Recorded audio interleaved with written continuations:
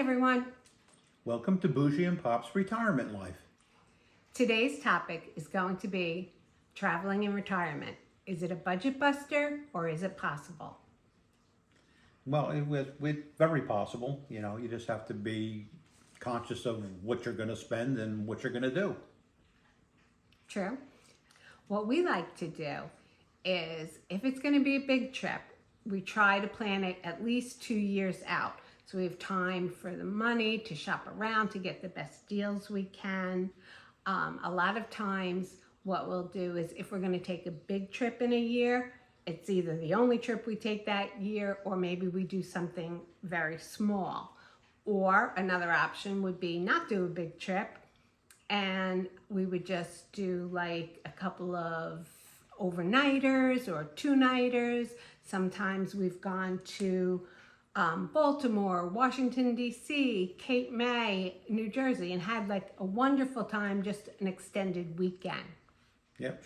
Sometimes the shorter trips are a lot nicer. You could take more of the shorter trips, and you know, it just works out a lot better. Yeah, like you get to see a little bit more of places, a little bit different places. Also, too, financially, you have to be careful, because if you do too many of the short trips, it's the same as doing big trips. So we kind of always say, like, a big trip is going to be anything 10 days or more. The middle-sized trip is like going to be a 6 to 10 days, and then anything that's like 2 or 3 days would be our short trips. Absolutely. When we've gone to Europe, obviously those have been the long trips.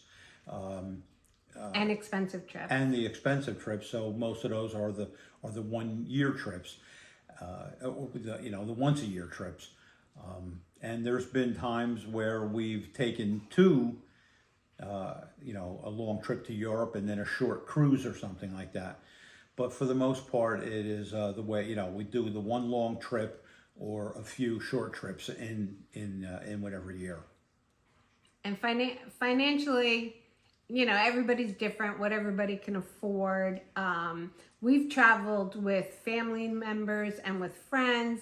The one thing that we like on the cruises, is we can travel with family or friends, and we used to always get like a suite or a balcony room.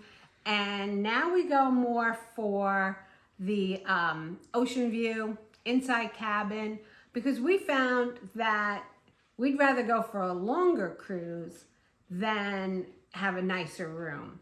So, now financially, being in retirement, we do have to cut back. You can't just spend whatever you want. This year, we've blown our budget. Because we planned 3 trips, and none of them seemed like they were going to be budget busters.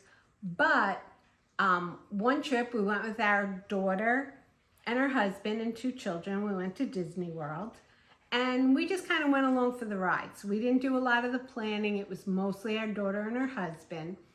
And that was a little bit of a budget buster, needless to say.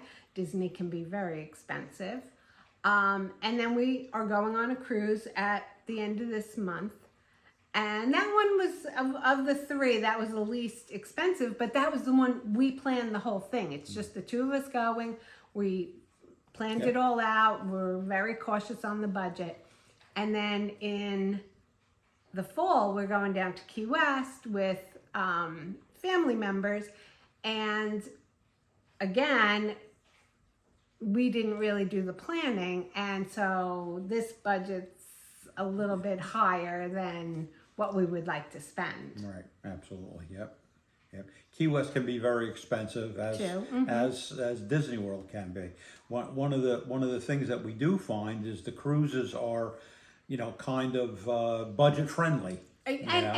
And they can be out of control, they can be, but I think you have more of an ability to control what you spend, or to see what you're going to spend beforehand, because of so many things that are included. Right. If you take advantage of what's included on a cruise, I mean, in reality, you don't have to really spend that much more money than The what the initial outlay. what the Yeah. cruise cost. So it is, Yeah. you know, and we've also learned of trying to cruise closer to home so we can drive to the ports instead of flying, because you know, as we all know, flying has become a little bit difficult here in this country over the past year or so, you know. And that's great if you live fairly close To to ports. obviously. I mean, we're not driving down to Florida from New Jersey. Not that you can't do that, but I don't know how well we'd be walking when we got out of that car. Right. That's or kind of a or long or time. how expensive it is to travel either way, by car or by plane. I don't know how much you'd actually save by driving. True. So Yeah. Currently, we're thinking about planning a trip to France. So we're planning that 2 years from now. So that would be in 2028. Right. And we again be going with siblings, family. And so I don't know how much, you know, we'll have some input into where we stay. We know the areas we want to go, but as far as like what we're going to spend on hotels, like hopefully we'll have some input on that. One thing that we have, like when we first went to Europe, we went to Italy, we took the trains places and we just brought our suitcases on the train and lugged them on and lugged them off. And now at 66 and 69 years old, we're not so keen on doing that. Not that we even overpack, but just taking 2 suitcases, it's a lot. So this last year we went back to Italy and we used car services to get us from town to town. And that was an expense, but that was like someplace where I was very comfortable spending money. Absolutely, yeah. It made it much easier. It made it a whole lot easier to travel that way than by train. I mean, the trains in Europe are a lot better, beautiful, and a lot better maybe than here in the United States, you know, on long trips like that. But it was just the fact that you had to lug the luggage onto the train and off the train, and using the car service was a blessing for me.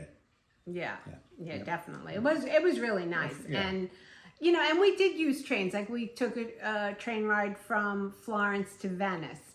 Just because we were just doing it as a day trip, and the train was beautiful. Everything was great. It was basically like taking the car service without the luggage, you know.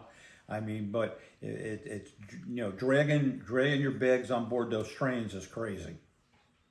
So we would love to hear from you any suggestions you have as far as budgeting, staying within your budget, if you have any recommendations, or even of places that you've been that you could suggest.